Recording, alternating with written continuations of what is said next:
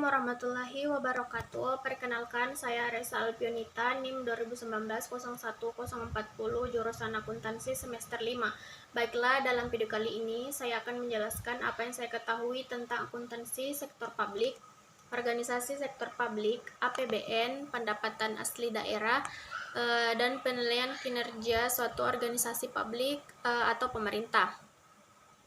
Baiklah, langsung saja. Yang pertama adalah akuntansi sektor publik. Akuntansi sektor publik adalah suatu proses pengumpulan, pencatatan, pengklasifikasian, analisis, dan pembuatan laporan keuangan untuk suatu organisasi publik yang menyajikan informasi keuangan kepada pihak yang memerlukan.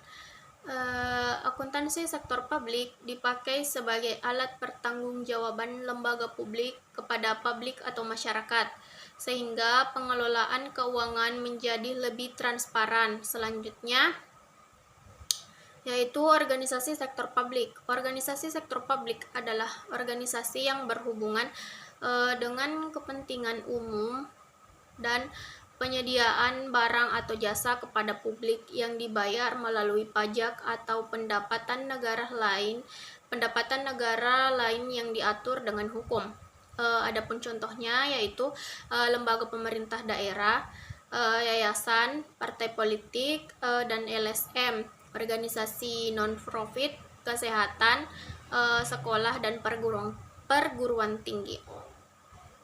Selanjutnya adalah APBN atau Anggaran Pendapatan Belanja Negara, adalah rencana keuangan tahunan pemerintah negara Indonesia yang disetujui oleh Dewan Perwakilan Rakyat.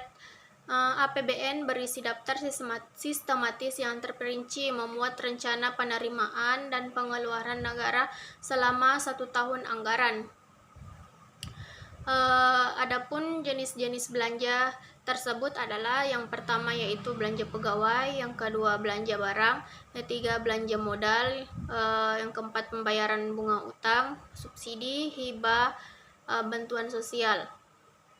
Kemudian yaitu pendapatan asli daerah atau PAD, yaitu pendapatan yang diperoleh daerah yang dipungut berdasarkan peraturan daerah sesuai dengan peraturan perundang-undangan. PAD bertujuan memberikan kewenangan kepada pemerintah daerah untuk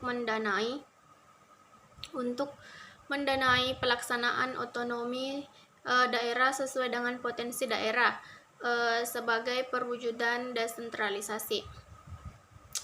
Pendapatan asli daerah, khususnya Kota Makassar, masih ditopang oleh setoran pajak daerah. Kontribusinya mencapai 80%. Tren tersebut terlihat selama 4 tahun terakhir. Pada tahun 2020, setoran pajak daerah berkontribusi sebesar 870 miliar. Realisasi tersebut melampaui target dengan capaian 103%. Selanjutnya yaitu penilaian terhadap organisasi publik atau pemerintah, salah satunya yaitu BUMN atau Badan Usaha Milik Negara. Badan usaha milik negara adalah badan usaha yang seluruh atau sebagian besar modalnya dimiliki oleh negara melalui penyertaan secara langsung yang berasal dari kekayaan negara yang dipisahkan. Badan usaha milik negara merupakan salah satu kegiatan ekonomi dalam perekonomian nasional berdasarkan demokrasi ekonomi yang mempunyai peranan penting dalam penyelenggaraan perekonomian nasional guna untuk mewujudkan kesejahteraan masyarakat.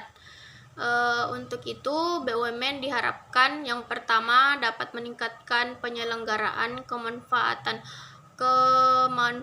umum berupa penyediaan barang dan jasa dalam jumlah dan mutu yang memadai bagi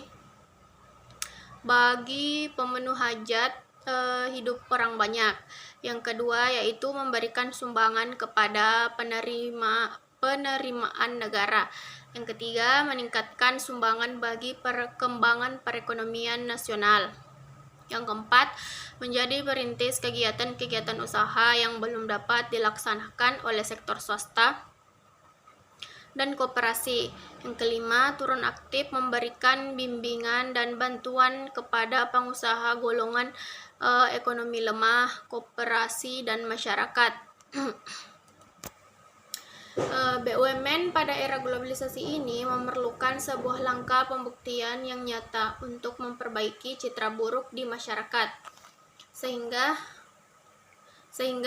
dituntut untuk bisa lebih mandiri dan diharapkan dapat menggali sumber-sumber daya yang dimiliki guna pencapaian tujuan utama, yaitu pelayanan masyarakat dan tentunya laba optimal perusahaan. Pencapaian tujuan tersebut dapat dijadikan indikator penilaian kinerja yang merupakan wujud nyata dari kemampuan BUMN dalam mengurus rumah tangganya sendiri, tidak menggantungkan diri pada bantuan pemerintah atau subsidi. Pengurangan subsidi pada perusahaan milik negara atau BUMN dapat meringankan beban pemerintah, sehingga dana tersebut dapat dialokasikan kepada kegiatan lainnya untuk kesejahteraan masyarakat Indonesia.